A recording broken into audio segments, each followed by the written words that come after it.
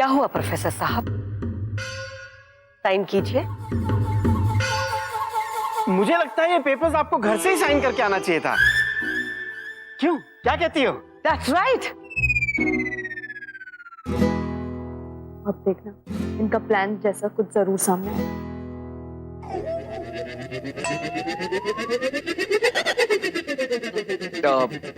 मैं दादाजी से कुछ सवाल पूछना चाहता हूँ। Proceed. हाँ हाँ हाँ हाँ, पूछो। दादाजी, क्या आपने वाकई में अपने सपने में मेरे दादाजी को देखा था? हाँ। अच्छा, तो उन्होंने क्या पहना था? कपड़े?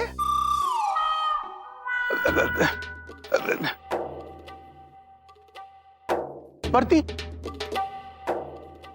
वर्दी? लेकिन रिटायरमेंट के बाद तो उन्होंने कभी वर्दी पहनी ही नहीं।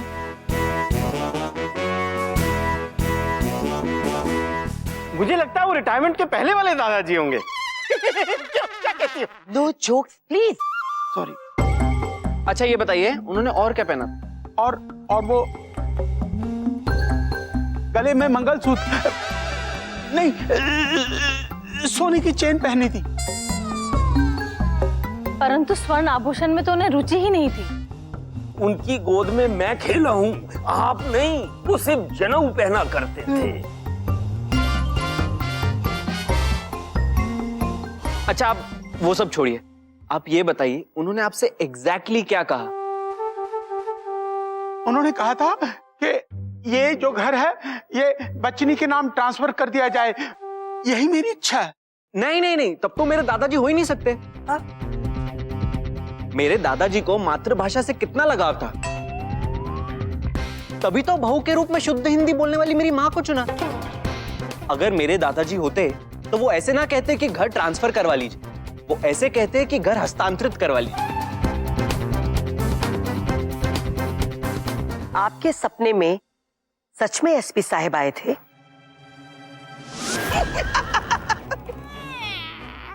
क्या? सॉरी, झूठ बोला सबसे।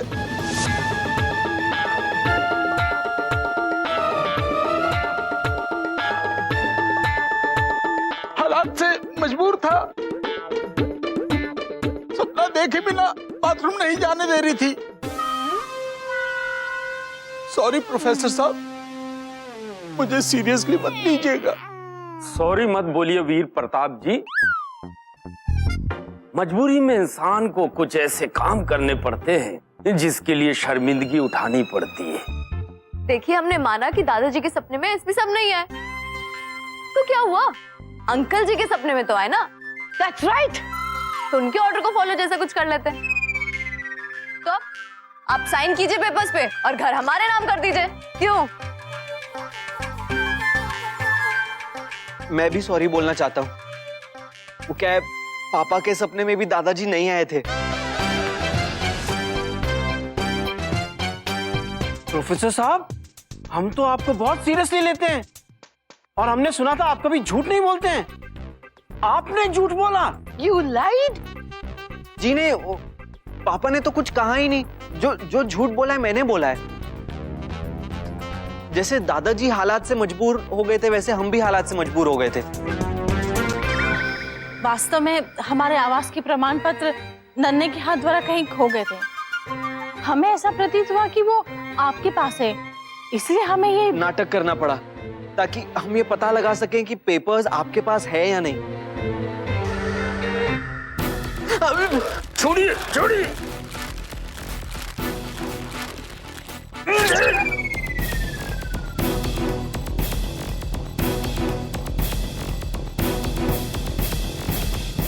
वाह वाह प्रोफेसर साहब, आपका बेटा तो जीनियस है, जीनियस। एक बात बताओ राघव, अगर तुम बिहड़ में होते ना तो अब तक गैंग के सरदार बन चुके होते। देखिए, मैं पहले ही बोल देता हूं, मुझे सीरियसली लीजिएगा। Of course. मेरे बेटे की तुलना डाकू से मत करिए। नहीं नहीं प्रोफेसर साहब, मैं तो बस एक उदाहरण दे रही हूँ। आपका बेटा तो वो बनेगा, वो आप क्या कहते हैं, वो इंडियन एडमिनिस्ट्रेटिव सर्विस ऑफिसर, भारतीय प्रशासनिक सेवा अधिकारी। आपका बेटा वही बनेगा। लेकिन प्रोफेसर साहब, आपसे मेरी फिर से विनती है कि आप ये कोर्ट कचहरी का चक्कर छोड़ दीजिए।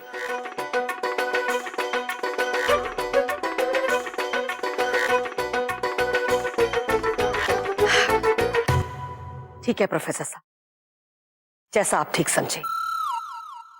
भंवर,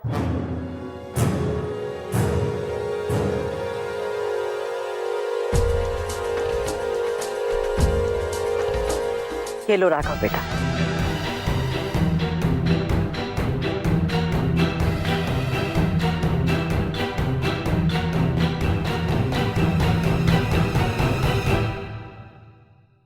एक बात का बहुत दुख है बेटा कि तुमने बचनी को ठीक से समझा ही नहीं। मैं सिर्फ इस घर में इसलिए रह रही हूं क्योंकि मैंने एसपी साहब को वचन दिया था, अगर मुझे ये घर हड़पना होता तो मैं तुम्हें ये घर के कागज क्यों देती।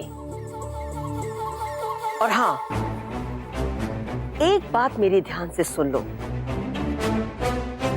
आप लोग चाहे हाई कोर्ट जाओ या सुप्रीम कोर्ट, लेकिन बचनी देवी एसपी साहब को दिया हुआ वचन कभी नहीं तोड़ेगी। मैं इस घर से जीते जी कभी नहीं जाऊंगी, और अगर जाएगी तो मेरी अर्थी। ये मेरा दूसरा वचन है।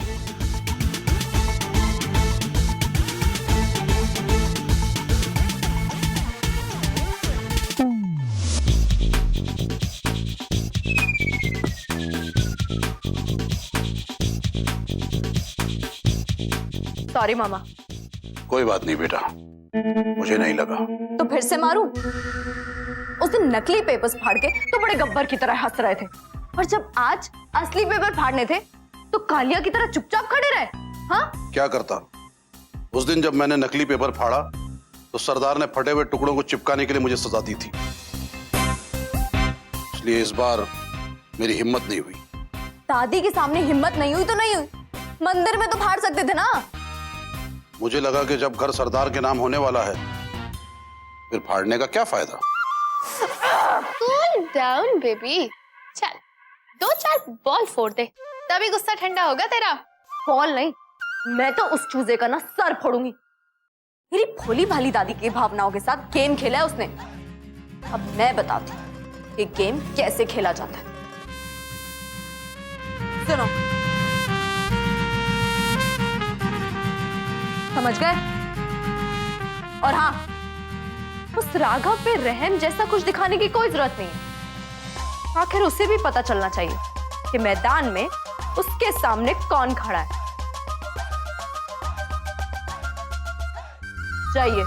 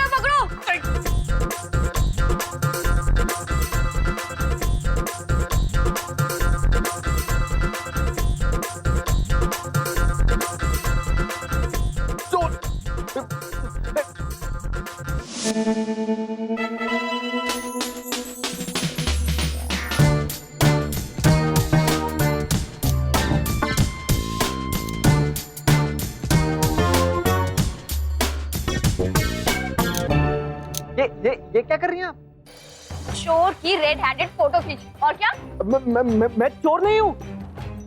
झूठ मत बोलो, तुम भी उस चोर के साथ ना इसमें शामिल हो, तभी तो वो तुम्हें पर्स थमा के भागा। अरे उसने थमाया नहीं, मैंने छीना था उससे। अच्छा, चलो कान पकड़ो अपने। नहीं। क्या नहीं? कान पकड़ो, मैं तुम्हें चिल्ला चिल्ला के लोगों को इकट्ठा करूंगी, तो तुम्हें ना मारेंगे कि चलो अब अपनी आईडी दिखाओ। आईडी कैसे दिखाऊं अब? अरे बोलो ना आईडी दिखाओ। लेकिन कान पकड़े हुए हैं ना मैंने। कान छोड़ो और आईडी दिखाओ।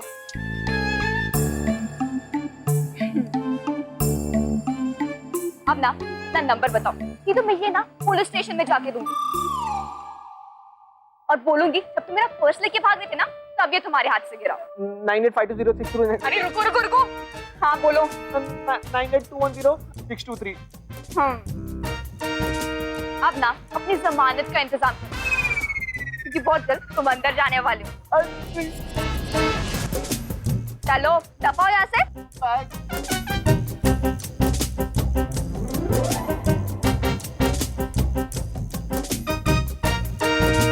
बेचारा राघव।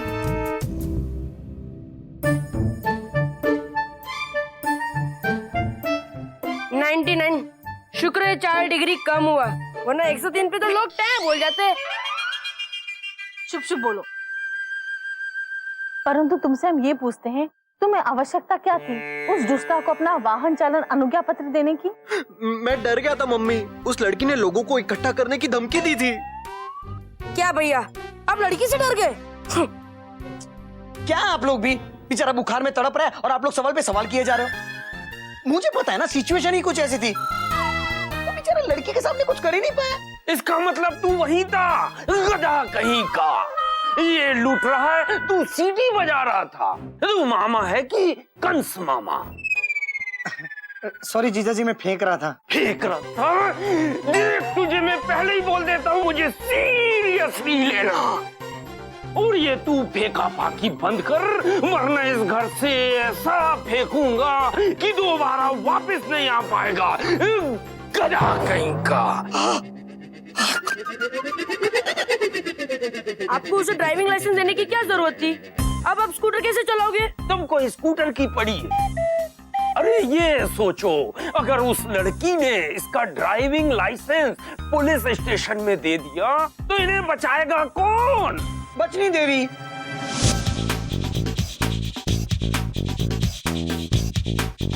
अगर जीजा जी आप हाथ जोड़ के माफी मांगे तो। गधा कहीं का, घोड़े जैसा भागता है, गधा कहीं का। जाने दीजिए स्वामी, आत्मसम्मान नाम की वस्तु नहीं इसके अंतर्मन में। जाने दीजिए। अरे तुम कहाँ जा रहे हो? बुखार अभी उतरा नहीं है। जाने दीजिए, इनका बुखार दवाई से नहीं पढ़ाई से उतर जाएगा। अरे पढ़ने दो सरला, पढ़ेगा तभी तो बनेगा इंडियन एडमिनिस्ट्रेटिव सर्विस ऑफिसर। भारतीय प्रशासनिक सेवा अधिकारी ना? हाँ हाँ वही।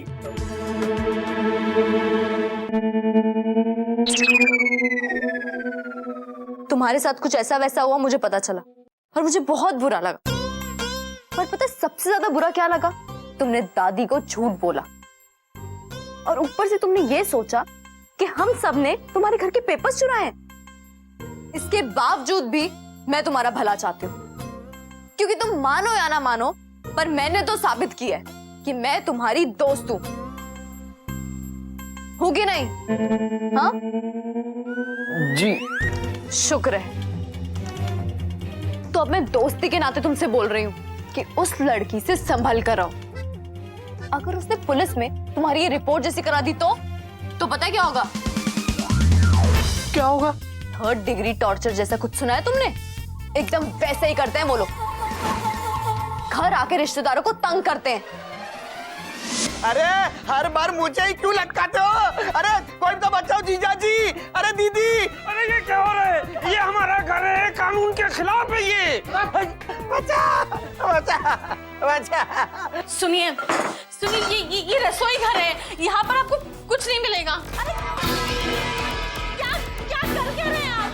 अरे नहीं नहीं, ये हमारा अचार है, ये नष्ट हो जाएगा। मैं आपसे करबद्ध प्रार्थना करती हूँ।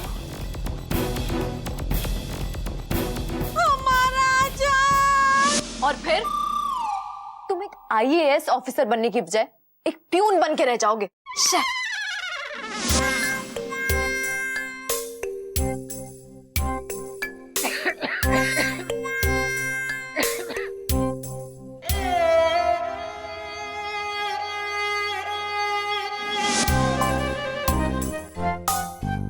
सोचो, पूरे मोहल्ले में तुम्हारे से बड़े बड़े पोस्टर जैसे कुछ लग जाएंगे और फिर कि तुम किसी को मुंह दिखाने के लायक नहीं रहोगे।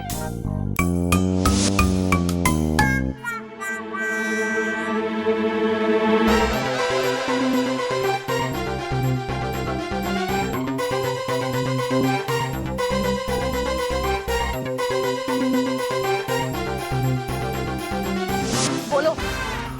क्या इज्जत रह जाएगी स्वर्गीय दादाजी की जब न्यूज़पेपर में ये खबर छपेगी कि उनका पोता चोरी के इल्जाम में पकड़ा गया।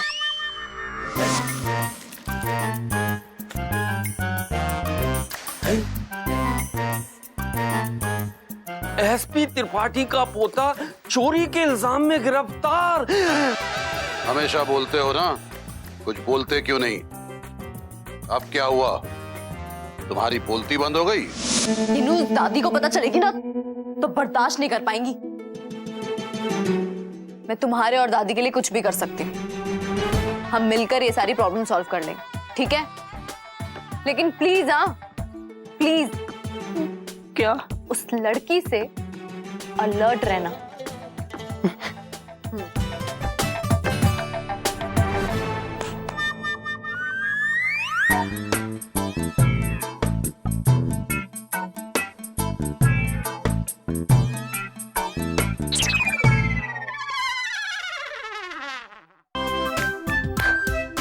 क्या बात शालू दी, आपने तो कुछ ज्यादा डरा दिया उस चूजे को। पता है 103 जैसे कुछ बुखार हो गया था उसे। मैं तो उसे और डराना चाहती थी शक्ति, लेकिन साथ ही खुद भी डर रही थी कहीं और भीड़ न जमा हो जाए। डोंट वरी, बाकी का तो मैंने उसे डरा दिया। And by the way, thank you so much. अपने भाई को भी हम सबकी तरफ से थैंक यू बोलना। क्यों शर्मिंदा कर रही हो? भंवर मामा के कम एहसान नहीं है हम पर। मेरे पापा के चले जाने के बाद आसपास के लोगों ने हमारा जीना मुश्किल कर दिया था, लेकिन मामा जी ने अपनी बंदूक हमारे दरवाजे पर टांग दी थी। तब से लोगों ने देखना ही बंद कर दिया। क्या बात मामा, सॉलिड। हाँ, तो अब हम कुछ ऐसा करेंगे कि वो आसानी से हमें वो चीज ला के देगा जो हम सब चाहते हैं। लेकिन करना क्या है? सुनो, यार पिंकी, ये कुछ ज्यादा ही गलत हो रहा है उस बेचारे के साथ। मैं उसके साथ ऐसा नहीं होने दे सकती।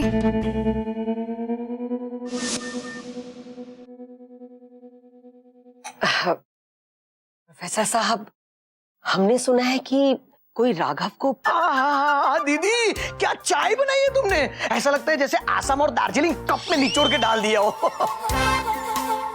जन्नत है जन्नत। नन्हे जी, जाना है आपको वहां? नहीं, अभी टाइम। तू खेलना तो। तो प्रोफेसर साहब, मैं कह रही थी कि मैंने सुना है कि किसी लड़की ने राघव को परेशान किया है। ऐसा तो कुछ नहीं हुआ है, पर लोग तो बोल रहे हैं। उन्हें शंका हुई होगी। ऐसी कोई घटना नहीं घटी है। रुकिए, ये उन्हीं का फोन होगा। कौन डिस्टर्ब कर रहा है? ये दादी वहां क्या कर रही है?